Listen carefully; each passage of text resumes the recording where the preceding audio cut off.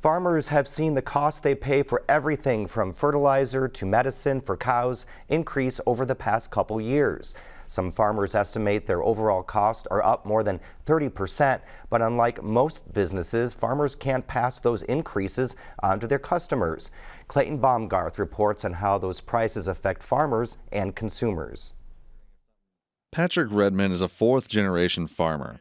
The farm has been a part of the family since the late 1920s, when his great-grandparents acquired the land. Back in those days, the family made full living, and this was one farm of many that he had. Had lots of employees, full-time living was made off the farm. But like many legacy farms, the family has shifted away from taking care of the farm full-time.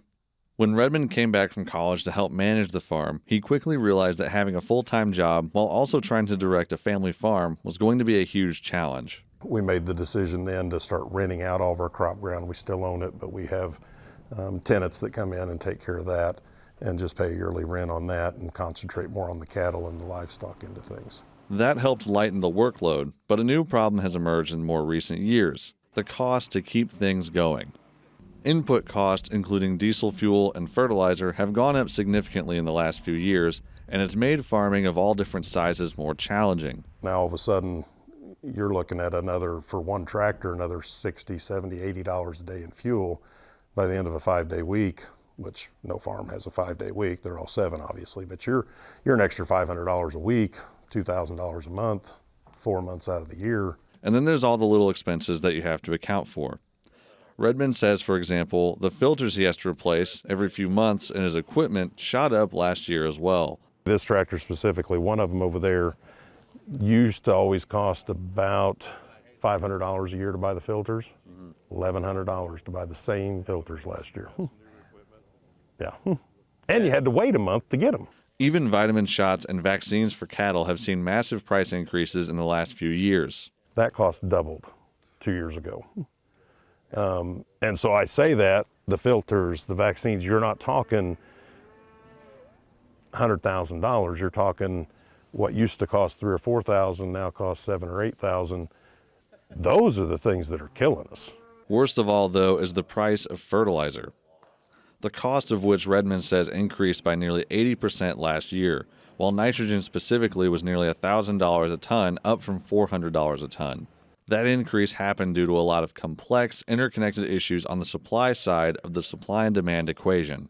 According to the chief economist of the Indiana Farm Bureau Federation, Todd Davis, it started back in August of 2021 when Hurricane Ida hit Louisiana, affecting the production of anhydrous ammonia. The largest plant that makes anhydrous is in Louisiana, and that plant has about 20% of U.S. capacity. So that plant was affected. So that was a big loss in the production of anhydrous.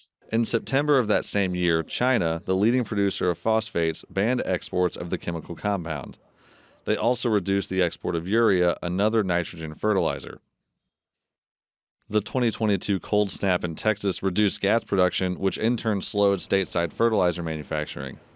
Finally, the war in the Ukraine disrupted supply chains out of Russia, another large producer of fertilizer. Even though fertilizer was excluded from any sanctions, this sort of disruption of trade flows does trickle back and affect the fertilizer market.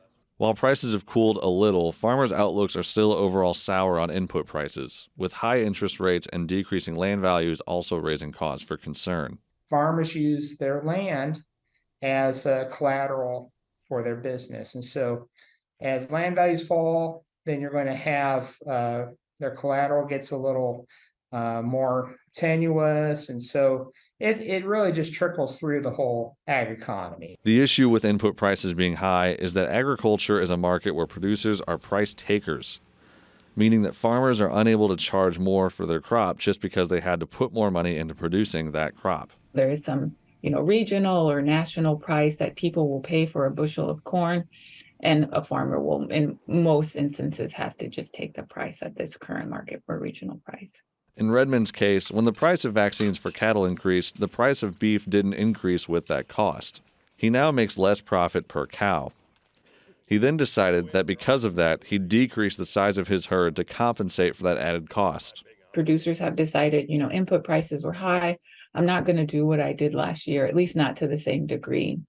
And if nothing changes about consumer demand, ultimately the prices will increase because of scarcity. For Patrick Redmond, it all speaks to the idea of what it means to be a farmer in 2023, where so much of what makes a farm successful or not comes down to factors completely outside of their control.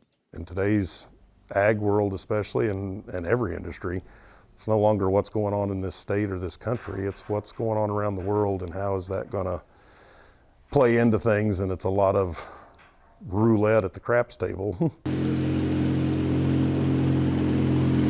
For Indiana News Desk, I'm Clayton Baumgarth. Planting season in Indiana is over halfway complete, with 56% of corn and 52% of soybeans planted so far.